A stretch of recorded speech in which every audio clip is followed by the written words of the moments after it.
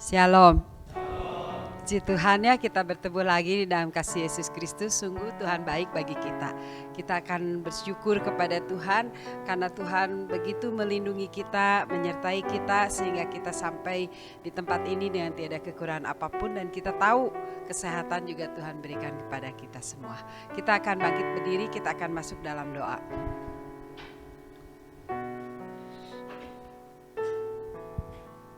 Bapa, kami bersyukur, berterima kasih Engkau begitu baik bagi kami.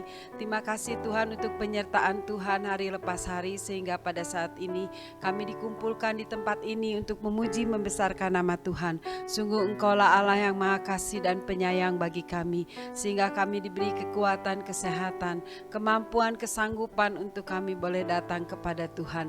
Terima kasih Bapa, kalau ada yang masih di perjalanan, kiranya Engkau akan lindungi sertai mereka.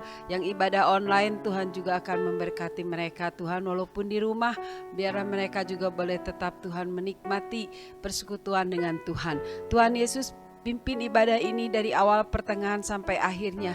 Tuhan Allah Roh Kudus menyertai kami dan hadir di tengah-tengah kami, mengambil alih Tuhan kebaktian ini dari awal pertengahan sampai akhirnya. Sungguh Engkau ada di tengah-tengah kami dan kami akan rasakan terus kebaikan Tuhan dan kasih sayang Tuhan. Terima kasih Bapa, terpuji nama Engkau, beracaralah Tuhan di tengah-tengah kami dan kami mempersiapkannya untuk kemuliaan dan kebesaran nama Tuhan. Di dalam nama Tuhan Yesus Kristus kami berdoa dan mengucap syukur. Haleluya. Amin. Puji Tuhan. Mari kita akan masuk dalam pujian yang pertama.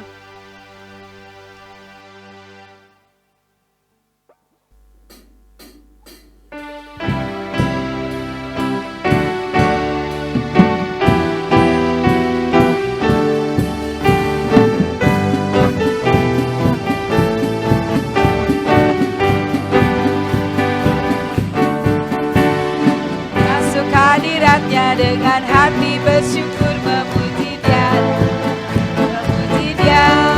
oh masuk hadiratnya dengan hati bersyukur memuji Dia, dipuji dan hormat tinggikan namanya, nama Yesus,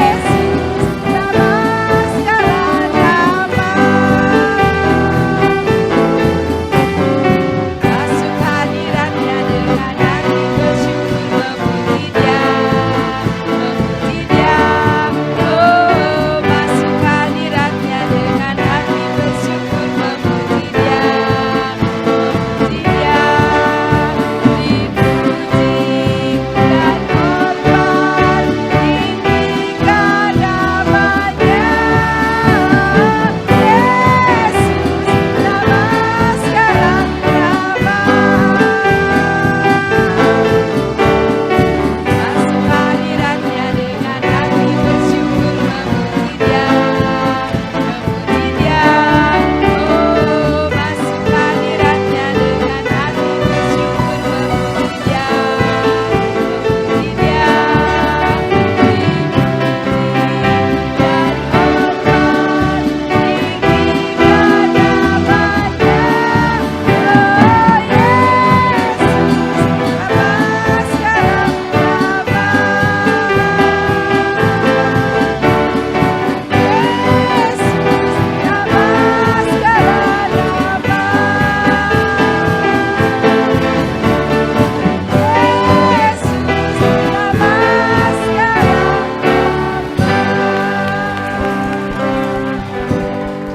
Tuhan, Dialah nama di atas segala nama, yaitu Yesus Kristus ya.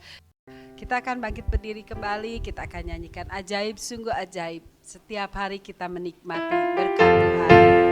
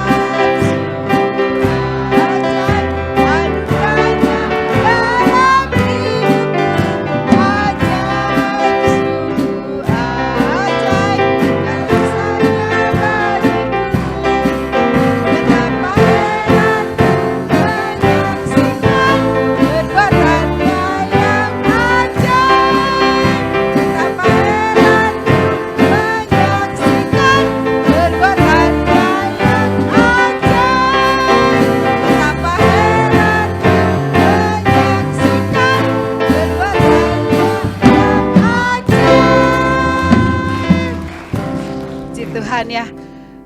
Kalau Tuhan begitu baik bagi kita, dengan apa kita balasnya, dengan apa nggak bisa kita balas kasih sayang Tuhan itu. Tapi biarlah segala pujian, hormat, syukur kita naikkan kepada Tuhan. Kita akan nyanyikan lagu ini, dengan apa kan ku balas.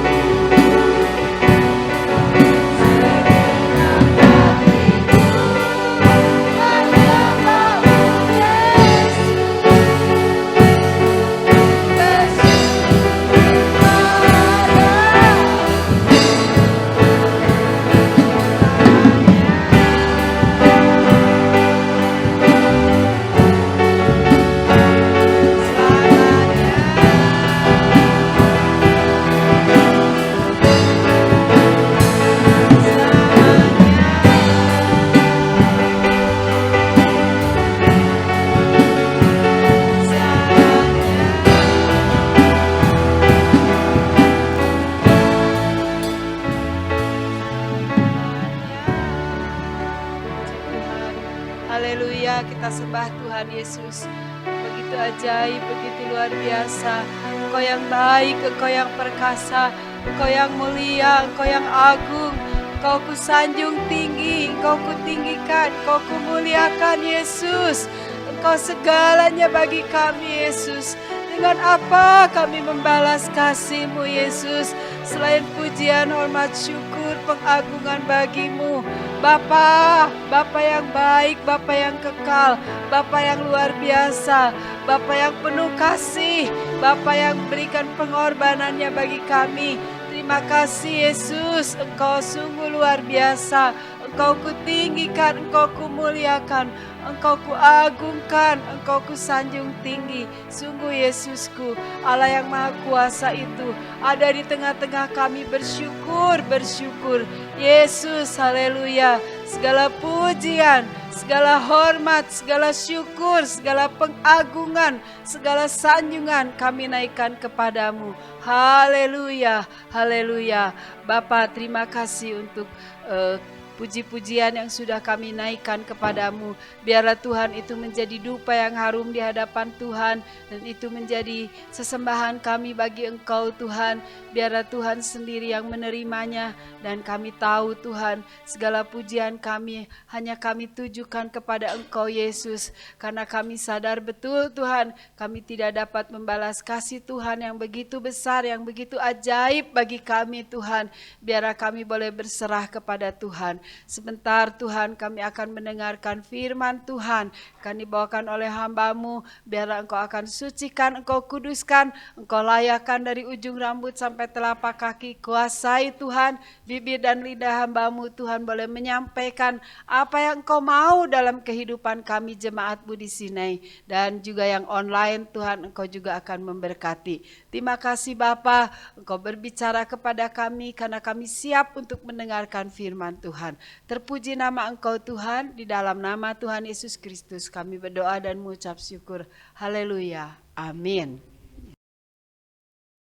Ya, shalom. Selamat pagi Bapak Ibu sekalian, puji nama Tuhan. Kita boleh ada di rumah Tuhan pada pagi hari ini untuk memuji dan menyembah nama Tuhan. Terima kasih atas pelayanan Ibu Benglan yang boleh membangkitkan semangat buat kita semua. Dan tadi juga kita mendengarkan pujian ya dari Bapak dan Ibu yang menyatakan kasih Tuhan mengalir di dalam kehidupan kita jemaat Tuhan. Berkenaan dengan ini juga saya akan membawakan firman Tuhan tentang bahasa kasih. Ya. Bapak Ibu sekalian, dalam bulan Februari ini biasa ya anak-anak muda ribut bercerita tentang hari kasih sayang. Ya. Tapi kita buat orang Kristen, bahasa kasih itu bukan pada tanggal tertentu atau pada bulan tertentu atau hari tertentu. Tetapi bahasa kasih itu yaitu tentang kasih Tuhan di dalam kehidupan kita itu. Ya, kita alami setiap hari. Dan itu berlaku bagi kita semua. Karena kasih Tuhan itulah kasih karunia yang boleh kita terima. Ya, memimpin kehidupan kita sehari lepas sehari. Kita menghadapi masalah, menghadapi bencana, tetapi bahasa kasih dari Tuhan itu mengajarkan kepada kita semua. Dan dia memimpin kehidupan jemaat Tuhan yang sudah ditebus oleh darah Kristus. Ya, supaya kita mau melakukan apa yang Tuhan Yesus sendiri telah teladani dalam kehidupan kita. Karena dia selalu hidupnya di dalam berbahasa kasih. Mari kita akan sama-sama melihat di Surat 1 Yohanes.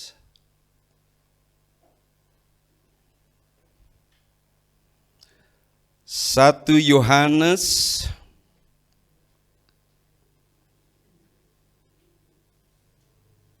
pasal yang ketiga,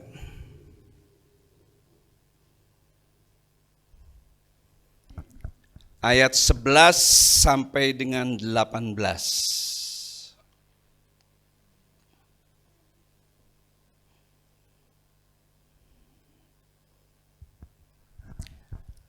Perikopnya, kasih terhadap saudara sebagai tanda hidup baru.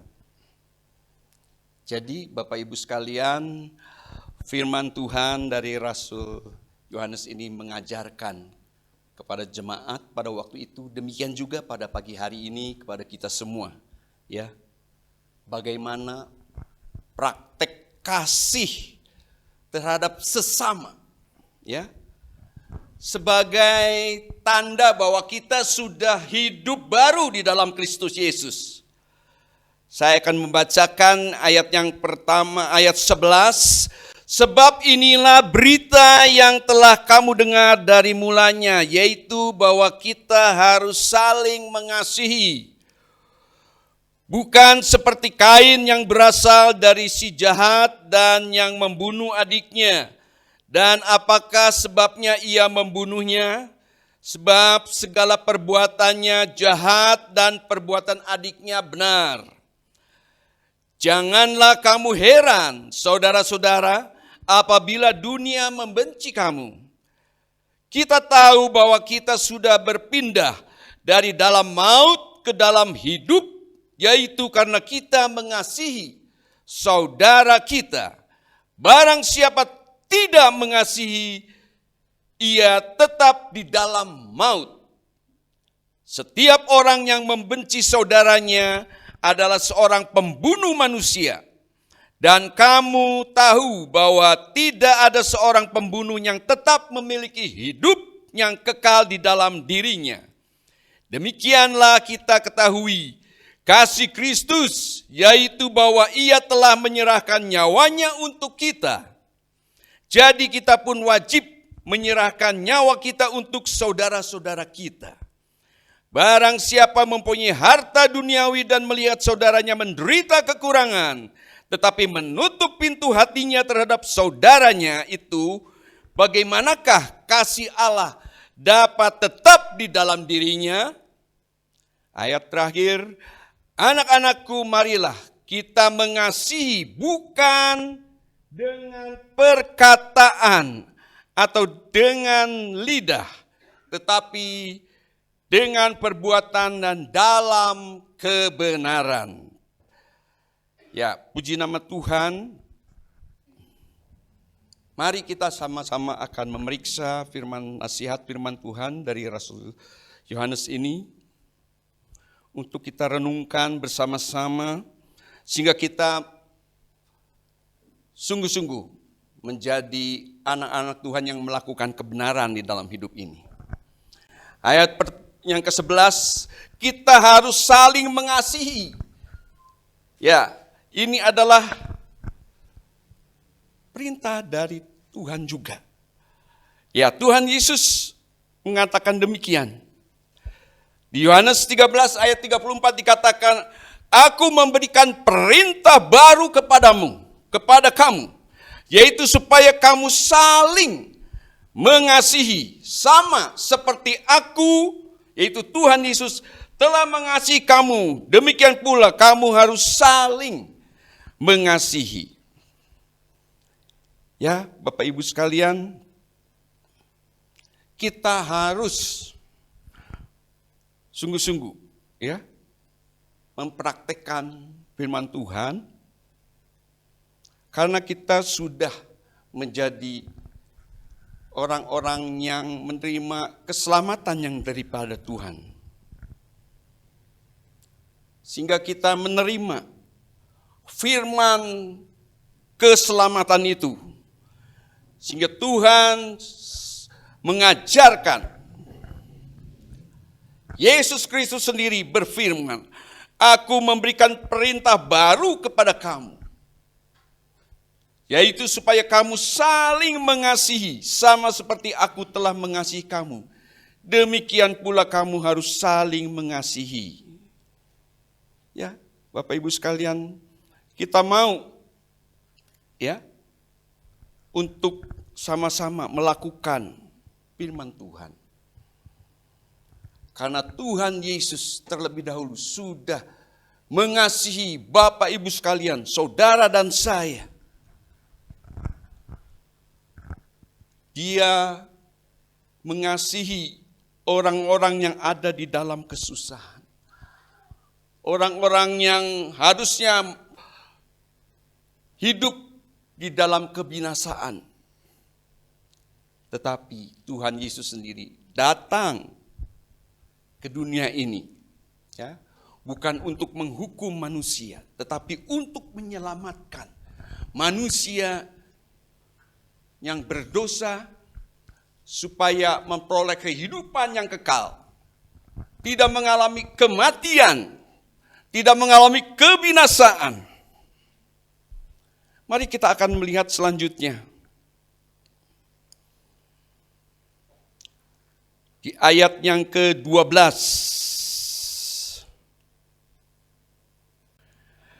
Bukan seperti Kain yang berasal dari si jahat dan yang membunuh adiknya. Dan apakah sebabnya ia membunuhnya? Sebab segala perbuatannya jahat dan perbuatan adiknya benar. Ya, Bapak Ibu sekalian, Adam dan Hawa dikaruniai anak yang bernama Kain, dan adiknya bernama Habil. Saat mereka dewasa, Kain bekerja sebagai petani, tetapi adiknya Habil adalah sebagai peternak. Ya. Sehingga satu kali mereka mempersembahkan korban syukur kepada Tuhan. Ya. Inilah ajaran firman Tuhan untuk mengembalikan hak milik Tuhan. Jadi pada saat sekarang kita kenal dengan persepuluhan. Ini dilakukan oleh Kain dan Habil. Ya, Bapak Ibu sekalian, di Kejadian 4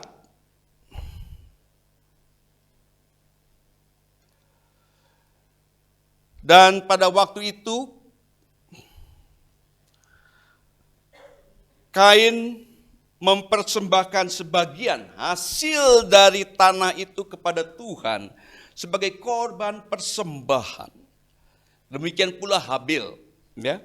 Habil juga mempersembahkan korban persembahan dari anak sulung kambing dombanya, yakni lemak-lemaknya, maka Tuhan mengindahkan Habil dan korban persembahannya itu. Ya, ini dikatakan di Kejadian 4 ayat yang keempat.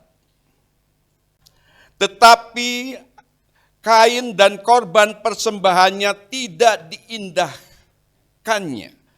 Lalu hati Kain menjadi sangat panas dan mukanya muram. Jadi Bapak Ibu sekalian, mengenai kejadian ini Tuhan melihat di mana ketika Kain dan Habil mempersembahkan korban syukur kepada Tuhan dari hasil usaha mereka, ternyata persembahan Habil berkenan di hadapan Tuhan. Sedangkan persembahan Kain tidak berkenan. Ya. Saudaraku sekalian, akhirnya Kain menjadi muram. Dia menjadi iri.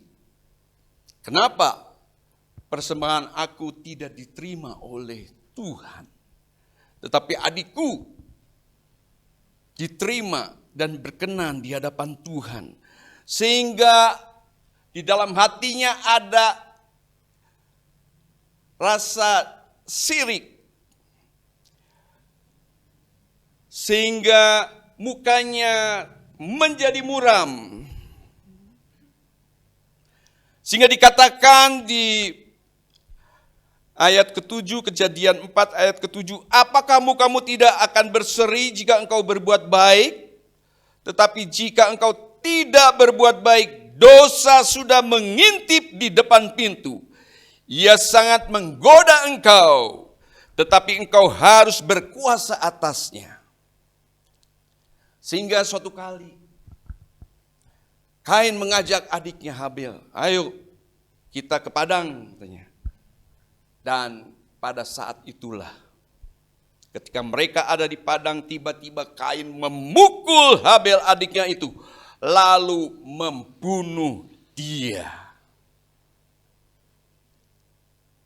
Dan Tuhan melihat, meskipun orang tuanya tidak tahu apa yang dilakukan oleh Kain, tetapi mata Tuhan melihat setiap apa yang dilakukan oleh umatnya.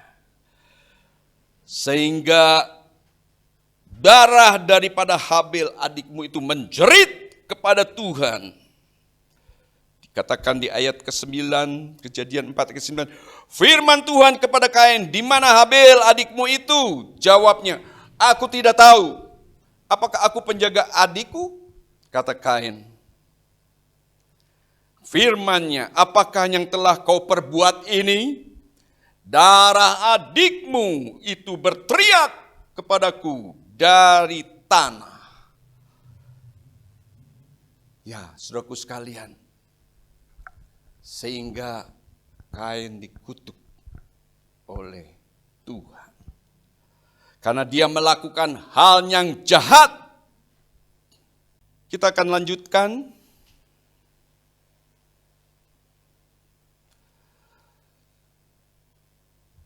Ayat selanjutnya, ayat ke-13 dari 1 Yohanes 3.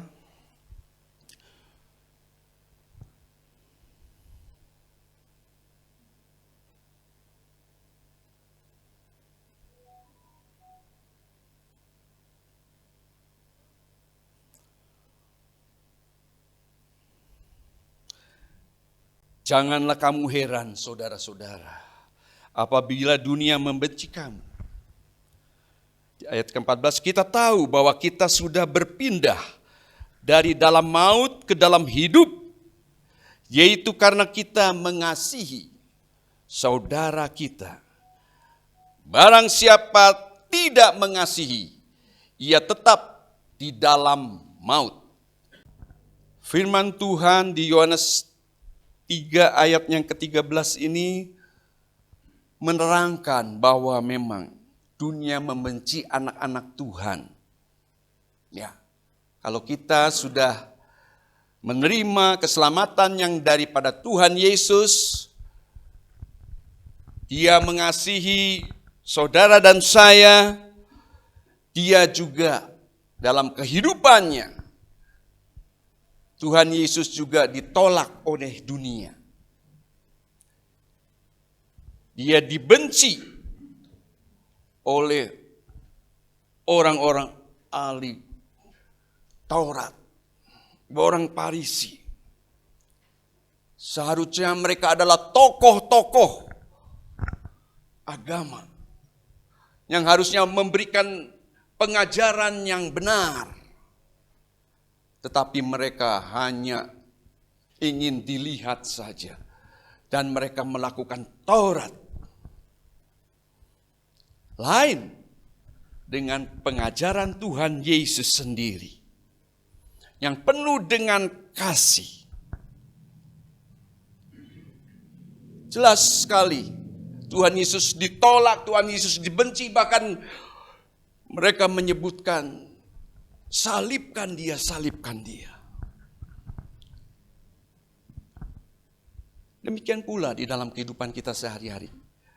Ya, Kalau kita sebagai pengikut Kristus, sehingga dikatakan di dalam Yohanes 5 ayat 24, aku berkata kepadamu, sesungguhnya barang siapa mendengar perkataanku dan percaya kepada Dia yang mengutus aku, ia mempunyai hidup yang kekal dan tidak turut dihukum, sebab ia sudah pindah dari dalam maut ke dalam hidup. Ya, di Yohanes 5 ini kita jelas bisa melihat dan memeriksa bagaimana orang-orang yang hidup baru di dalam Kristus Yesus pasti terlihat di dalam kehidupannya, dia pasti mengasihi saudaranya. Tidak ada rasa benci, dendam, sakit hati, ya seperti yang dialami oleh Kain kepada adiknya, sehingga ia mengalami kematian rohani, ya. Jadi Kain tetap hidup di dalam dosa, hidupnya di dalam maut, tidak seperti ajaran Tuhan Yesus. Karena kita semua sudah dipindahkan dari kehidupan di dalam kegelapan, di dalam dosa, karena korban Kristus telah menebus, menghapus hutang dosa kita. Seharusnya kita mati binasa. Tetapi karena kasih karunia Allah, kita beroleh hidup yang kekal di dalam Kristus Yesus. Karena Yesus Kristus sendiri telah membayar hutang dosa manusia satu kali untuk selama-lamanya.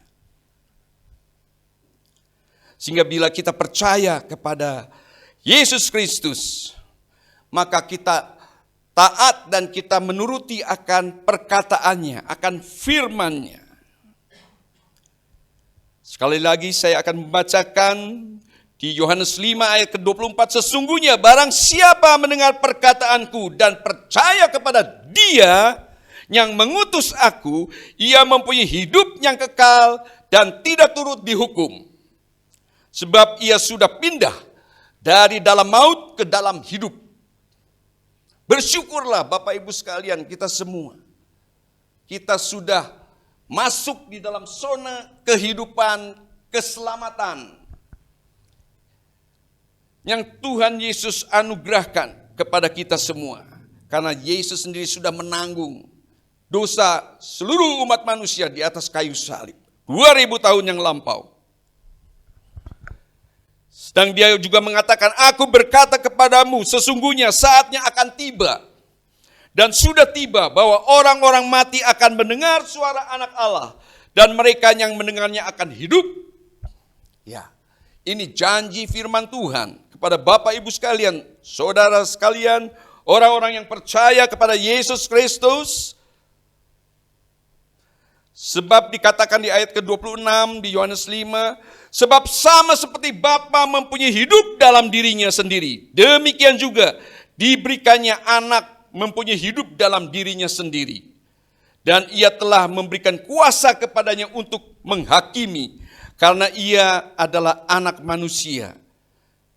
Janganlah kamu heran akan hal itu, sebab saatnya akan tiba bahwa semua orang yang di dalam kuburan akan mendengar suaranya, dan mereka yang telah berbuat baik akan keluar dan bangkit untuk hidup yang kekal. Tetapi mereka yang telah berbuat jahat akan bangkit untuk dihukum. Jadi Bapak Ibu sekalian, perhatikan firman Tuhan, bahwa sungguh orang yang mati di dalam Kristus Yesus, dia akan hidup.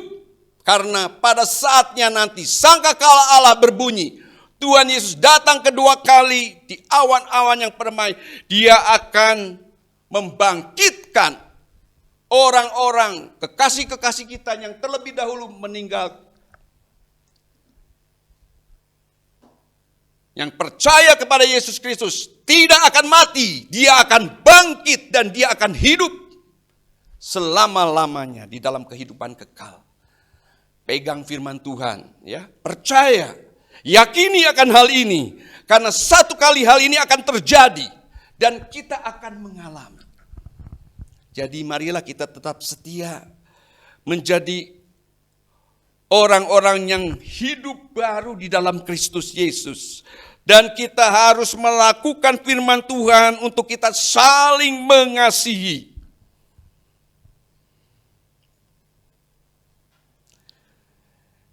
Ya, di ayat ke-15 dikatakan orang yang membenci saudaranya adalah seorang pembunuh yang tidak memiliki kehidupan yang kekal. Ya. Di 1 Yohanes 3 ayat ke-15 itu.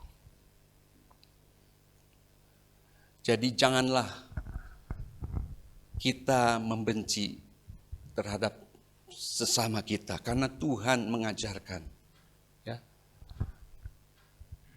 Memang unik sekali ajaran daripada Tuhan Yesus, ya, tidak seperti apa yang dunia katakan, ya. Coba saja, siapa yang dipukul pipi kiri kasih pipi kanan, siapa yang merampas jubahnya kasihkan baju, kasihkan jubahnya.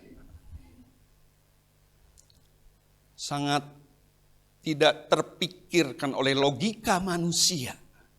Ya, tetapi inilah yang Tuhan ajarkan untuk kita mempraktikkan di dalam kehidupan kita sehari-hari.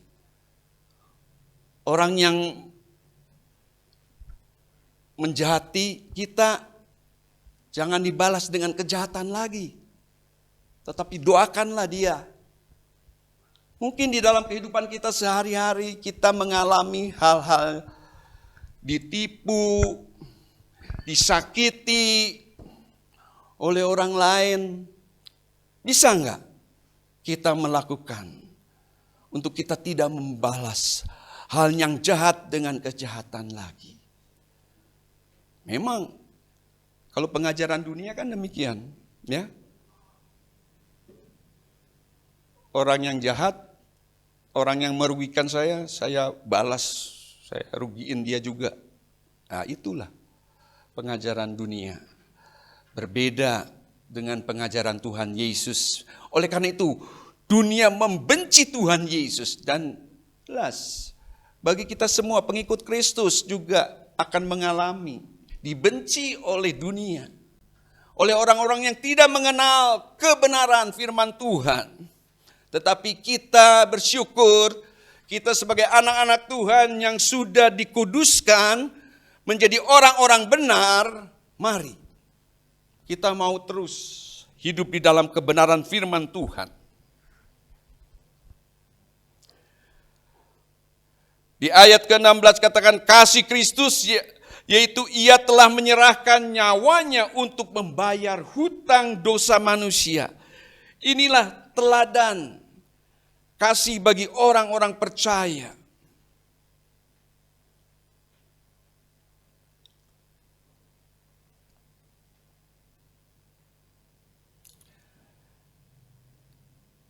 Ya, saudaraku sekalian.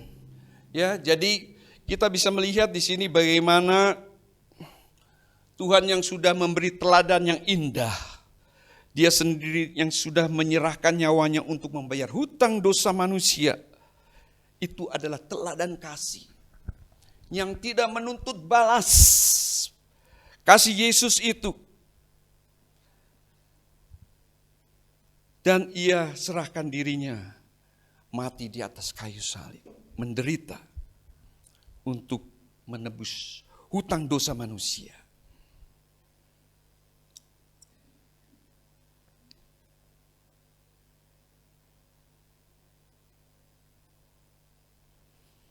Barang siapa mempunyai harta duniawi dan melihat saudaranya menderita kekurangan, tetapi menutup pintu hatinya terhadap saudaranya itu, bagaimanakah kasih Allah dapat tetap di dalam dirinya? Jadi ini menjadikan pertanyaan buat Bapak Ibu sekalian, kita semua pada pagi hari ini. Apakah kasih Allah ada di dalam kehidupan Bapak Ibu sekalian?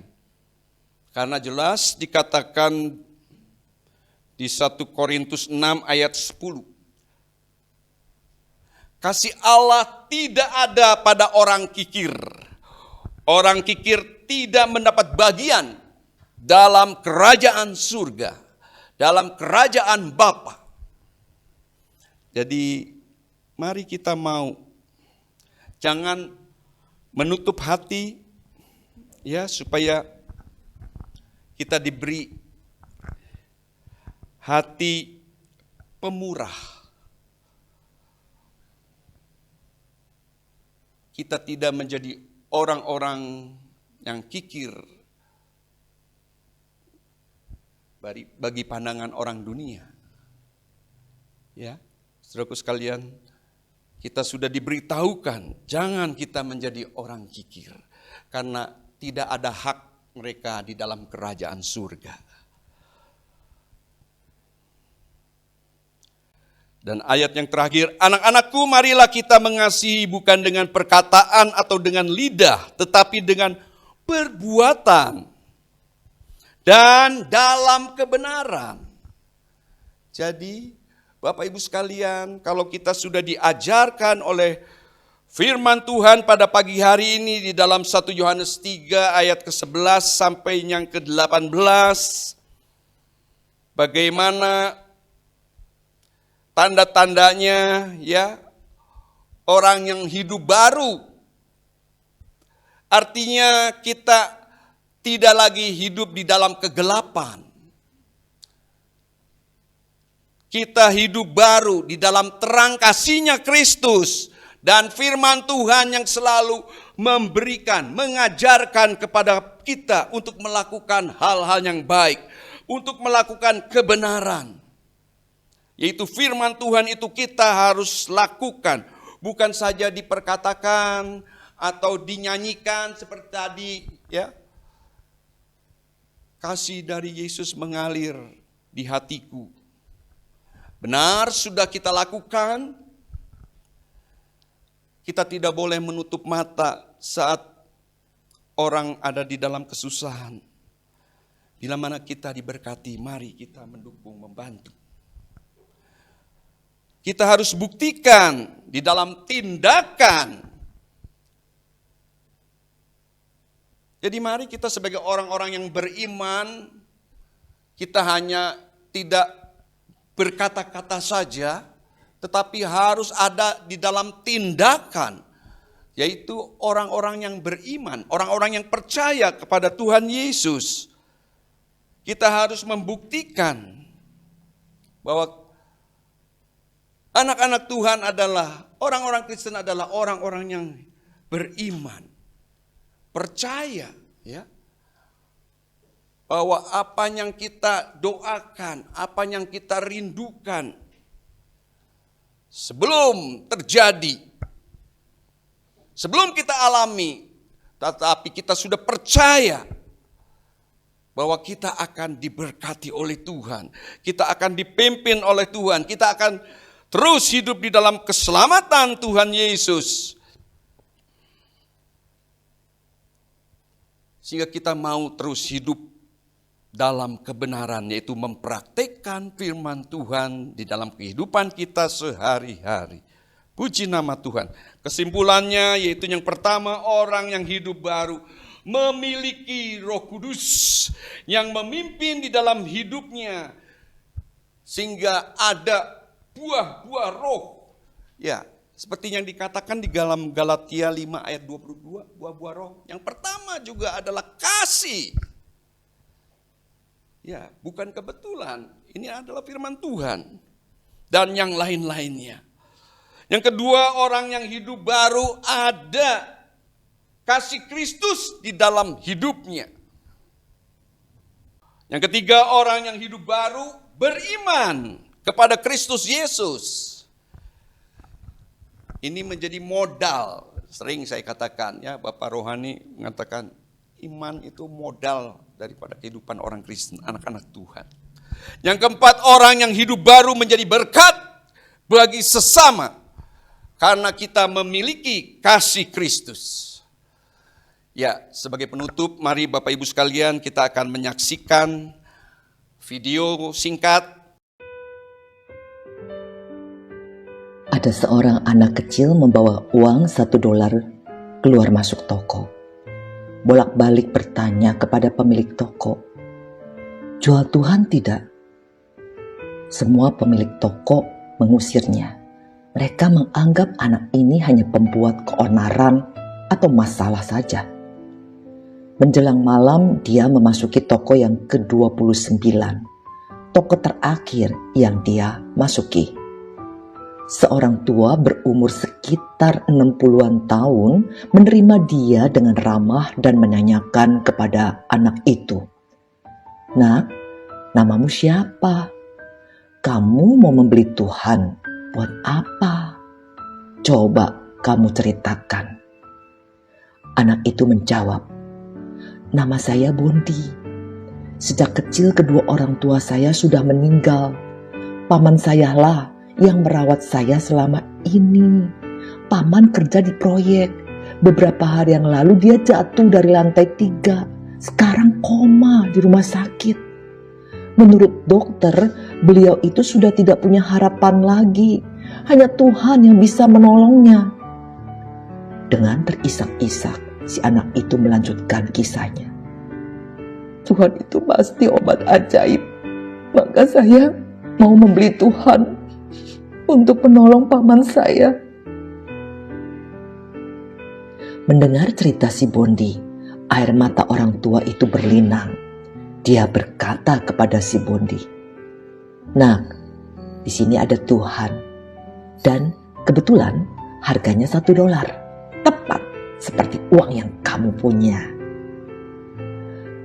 Dari lemarinya dikeluarkannya sebotol minuman yang ada tulisan "Kasih Tuhan." Katanya, "Ambillah ini, nak. Pamanmu pasti akan sembuh sesudah minum ini." Setelah mengucapkan terima kasih dengan membawa minuman itu, si Bondi berlari keluar. Sesampai di rumah sakit, Bondi berteriak-teriak, "Paman, paman, aku berhasil membeli Tuhan. Setelah minum Tuhan, paman pasti sembuh." Beberapa hari kemudian, ada satu tim dokter rumah sakit terkenal datang ke rumah sakit itu dengan peralatan yang canggih merawat paman Bondi. Selang beberapa minggu kemudian, sembuhlah si pamannya Bondi.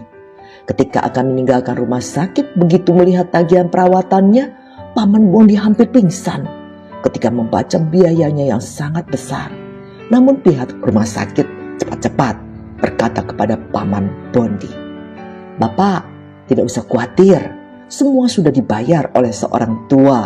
Beliau itu dulu bos sebuah perusahaan besar. Setelah pensiun, dia membeli satu toko di daerah sini. Usaha kecil-kecilan untuk kesibukan aja." Beliaulah yang memanggil tim dokter dan membiayai semuanya. Mendengar penuturan pihak rumah sakit, paman dan Bondi buru-buru pergi ke toko orang tua itu. Menurut orang di sekitar sana, tokonya baru saja dijual dan beliau sedang jalan-jalan ke luar negeri. Beberapa bulan kemudian, paman Bondi mendapat surat dari orang tua yang baik hati itu. Di suratnya tertulis, "Hai, Anda sangat beruntung punya keponakan si Bondi.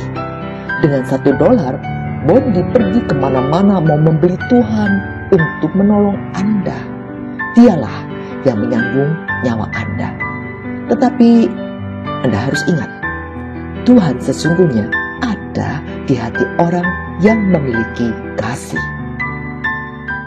Sekalipun aku mempunyai karunia untuk bernubuat dan aku mengetahui segala rahasia dan memiliki seluruh pengetahuan, dan sekalipun aku memiliki iman yang sempurna untuk memindahkan gunung, tetapi jika aku tidak mempunyai kasih, aku kasihku sama sekali tidak berguna. Kasih tidak berkesudahan, nubuat akan berakhir, bahasa roh akan berhenti, pengetahuan akan lenyap. Saudara, jadilah orang yang penuh kasih dengan selalu berbagi kepada yang membutuhkan. Amin. Ya, puji Tuhan, kiranya video kecil ini, singkat ini boleh menjadi berkat buat kita semua, jemaat Tuhan yang hadir pada pagi hari ini. Untuk kita bisa mencontoh ya, bagaimana bahasa kasih yang sederhana yang dilakukan oleh si Bondi, ya, anak kecil itu. Dia mengasihi pamannya karena tahu pamannya yang memelihara dia karena orang tuanya sudah tidak ada. Sehingga dia dengan gigihnya, bayangin saudaraku sekalian, dengan bekal uang $1, dia keluar masuk toko untuk membeli Tuhan. Ya, dia percaya karena lewat Tuhan pamannya bisa sembuh. Ya, puji nama Tuhan. Mari kiranya kita mau melakukan firman Tuhan di dalam kehidupan kita untuk kita melakukan bahasa kasih. Sehingga hidup kita boleh menjadi berkat buat sesama kita. Amin. Bapa di dalam surga, kami bersyukur hari ini kami bisa bersama-sama beribadah, memuji dan mengagungkan Tuhan. Biarlah semuanya sungguh menyenangkan hati Tuhan. Terima kasih kami juga sudah diajarkan untuk kami memiliki bahasa kasih di dalam hidup ini. Di kehidupan keluarga kami, di kehidupan bersama dengan saudara-saudara seiman, di kehidupan dalam setiap aktivitas hidup kami, dimanapun kami berada. Biarlah kasih Kristus itu terus mengalir dalam hidup kami dan kami alirkan keluar sehingga orang lain bisa melihat bahwa ada Kristus di dalam hidup kami. Ada kasihnya Kristus di dalam hidup kami yang bisa kami bagikan kepada dunia ini. Terima kasih Tuhan, Engkau Allah yang luar biasa, yang telah lebih dahulu mengasihi kami, yang memberikan nyawamu untuk kami Tuhan. Dengan apa kami bisa membalas? Kami sungguh tidak bisa membalas.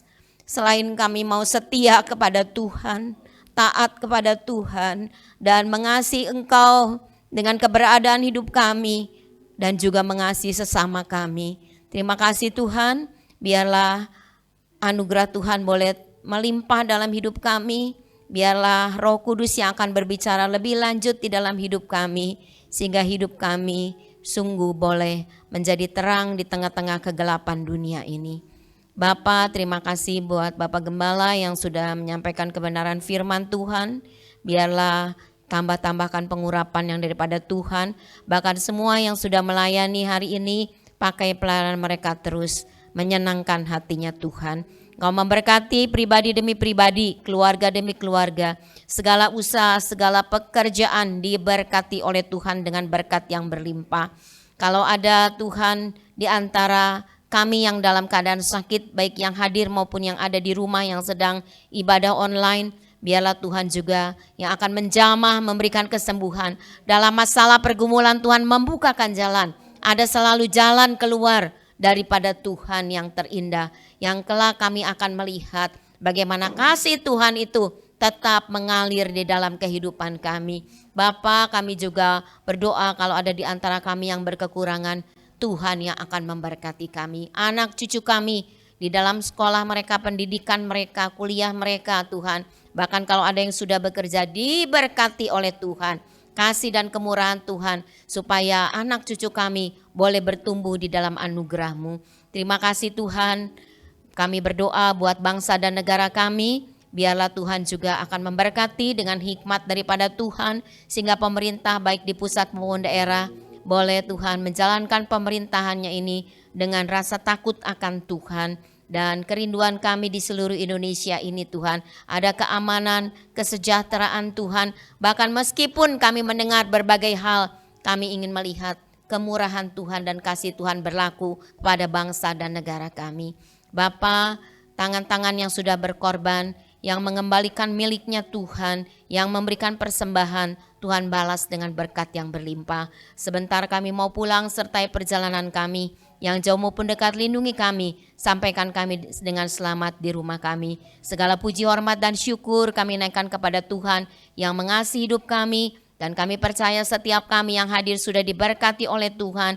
Bahkan saudara-saudara kami yang sedang beribadah di rumah secara online juga sudah diberkati oleh Tuhan. Di dalam nama Tuhan Yesus kami berdoa dan bersyukur. Saudara-saudara yang dikasihi Tuhan, terimalah berkat dan damai sejahtera daripada Allah Bapa di surga, kasih karunia dan rahmat daripada Tuhan Yesus yang tak berkesudahan, dan persekutuan Allah Roh Kudus akan menyertai hidup kita semua, mulai saat hari ini, bahkan sampai selama-lamanya. Yang percaya katakan bersama, amin. Tuhan memberkati.